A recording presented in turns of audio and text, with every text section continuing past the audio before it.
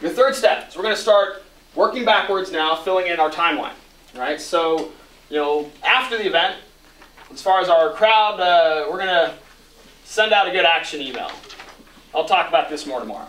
But we're going to have collected all these email addresses from everyone who showed up, and the next day we'll send an email to follow up and keep them energized and active and have them take some sort of action, whether it's call their member of Congress or something like that.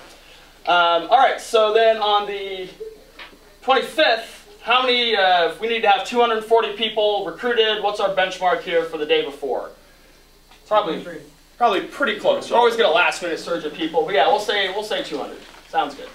And then breaking it down by tactic again. How many by our coalition partners? How many by our phone calls? How many by Facebook and email? Whatever the tactics we figured out.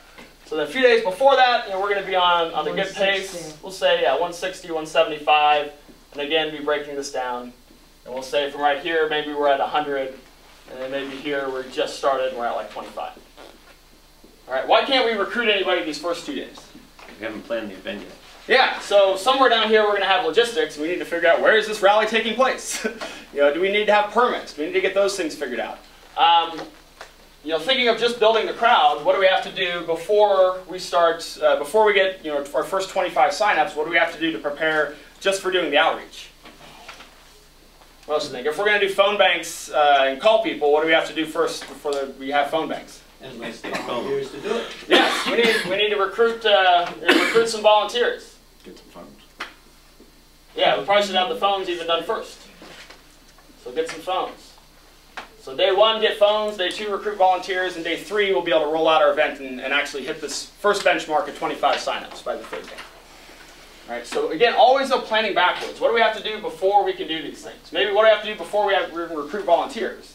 Well, we probably first should have volunteer lists figured out, potential volunteers who want to help. So we recruit them first, then our volunteers can help us recruit other people. Probably before we start doing phone calls and outreach here, we need to have a crowd list or attendance lists. Who are the people we're going to call? We need to have that stuff figured out first before the volunteers show up and start calling people for it. So always be thinking backwards. Always be thinking back, what do we have to do before these things can happen? And filling in your timeline, working backwards like that. Right? So that's our third step, and establish our benchmarks, so we know whether or not our plan is on track to succeed. Our third, and then we do this for every realm we identify, fill in our timeline.